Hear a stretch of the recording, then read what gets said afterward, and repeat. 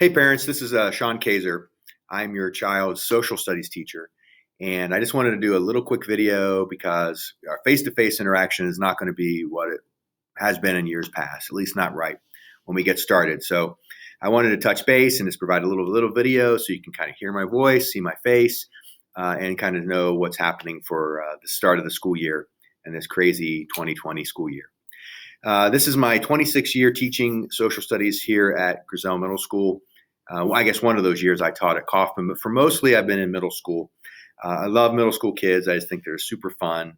They're old enough to kind of do stuff, but yet young enough to still be into school and you and just the little projects that we do. So I think it's a really sweet time in their life, and they're very malleable. You can still make a big impact on them.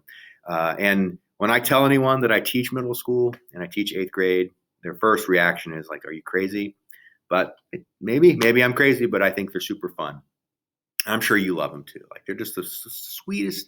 This is the sweetest age of their life so far, right? So you love it. The course overview I guess on this webpage you're watching this, or on Schoology, you'll see the syllabus, which is a little weird because middle school kids typically don't get a syllabus. It's more like high school or college. But because of the way that we're starting off the year, I thought it might be a good way to just show you in writing, the things we're going to cover and how the grading would be done and all of that. Since we're talking about that, just a few things. You can read this in the syllabus, but just a few things that tend to come up as questions. This class, American history, early American history. So think of like the explorers when they arrive in the New World, Christopher Columbus for the Spanish, and then the English, the French, the Dutch, all of that. Setting up colonies in the New World, the 13 colonies of the English, and how that becomes a nation, all the way up until right after the American Civil War. So we wrap up the year in 1877. These kids would get the second half of American history when they get to high school, probably their sophomore year. This year, because it's an election year, not only are we going to do the history stuff, we're also going to be doing a lot with the election.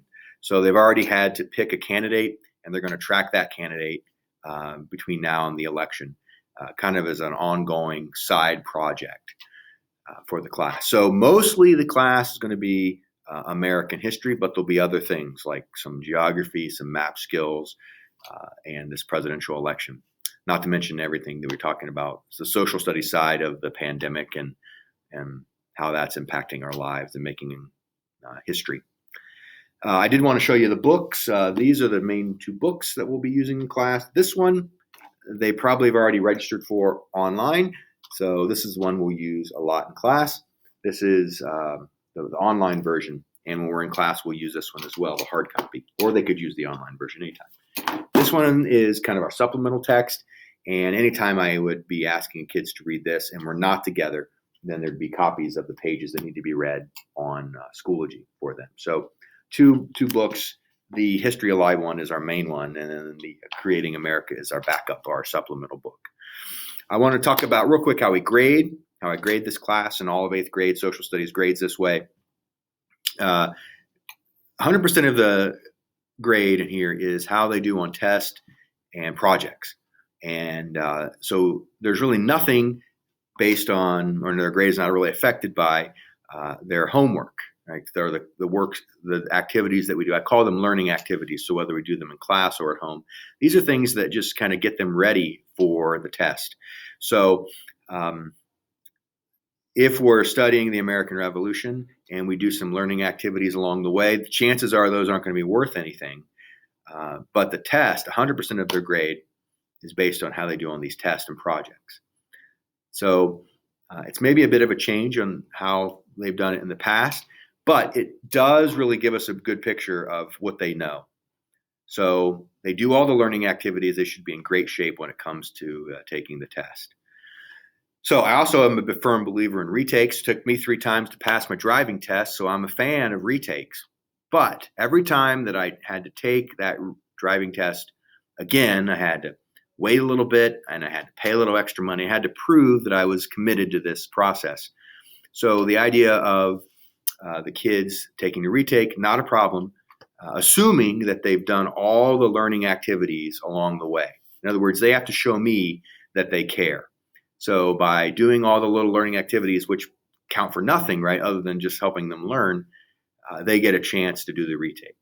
So sometimes I'll get kids who don't really do anything. They're not engaged. They're not really involved in anything in class. They don't do the learning activities, and they want to retake. And my response is, well, you haven't showed me that you've even cared. Why now do you care? So do all the activities, learning activities, then you get a retake. The other thing about the retake is the best they could get on this retake is a C. It gives them a chance to kind of pull their grade up. But, I know middle school kids and I know how they work. An eighth grader would be like, well, I'm not going to study for the test tomorrow because I get the retake on Tuesday. I'll just, I'm gaming tonight. I'm not going to study. I'll just do the retake. So this forces them to take the take seriously, but also gives them a lifeline if they don't do real well on the first try. So trying to strike a balance here between getting them ready for the first and then giving them a chance to make things better if they blow it. But the best they could get on that retake is a middle of the road C, so like a 75% type thing. So if you have any questions, of course, the small print on that is if there's circumstances and all kinds of things going on in their life, that's just the general rule. There's always exceptions, but that's really the way I tend to go, so that they learn, take it seriously the first time, prepare for it, do the learning activities, and yet there's still a way to bring things up if the wheels come off the bus when I take the test.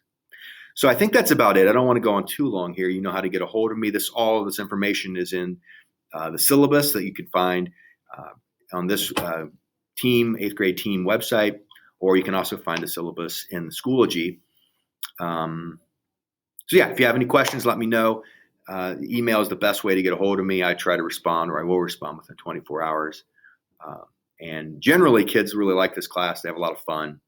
And I've told all the kids, they might have said this to you, that I told them that you paid an extra $29.95 or some number like that for them to be upgraded to the deluxe model. So that's just between us. So you don't have to go along with that, but it's kind of fun. They think that somehow this is like the honors class and they've been upgraded. So thanks for paying the extra money for them to be upgraded.